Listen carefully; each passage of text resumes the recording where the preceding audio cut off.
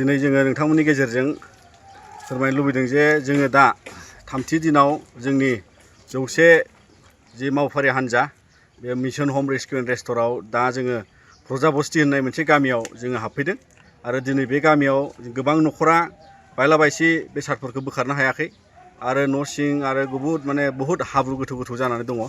दा बिनिफ्राय जोङो बेफोरखौ बोखांना होनाय आरो बेबायदिनो सोरनिबा उखुम गोलैनायाव खाफ्रानाय बे गामियाव बेबायदि माखासे गोबां थासारि सोलिदों आरो बेवहाय जेबो बेसादा बेवहाय बाहायफिनजानाय गैया। खालिबोल' सोरनिबा काप गिलास बिदिनो थुरसिफोरखौ मोननाय साराय मोननाय बेफोर सोलियो।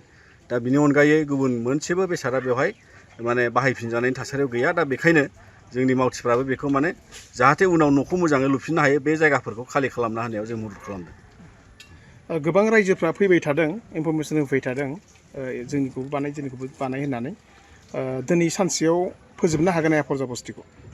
जोङो प्रजाबस्तियाव दासिम न'खरबाखौ जोङो बाहाय हाबनानै दं आरो गुबुन न'खर जाय बिथांमोनहा जोंनो खबर होदों जों बेखौ जोंनि समखौ नायनानै जोङो खामानिखौ मावगोन आरो बिनि सायाव जों जेसे हायो एसे बिथांमोननि न'खरखौ उद्धार खालामनाय बा बोखांना होनायखौ जोङो दिनैहाय सानसेयाव प्रजाबस्तियाव जों नाजालांगोन।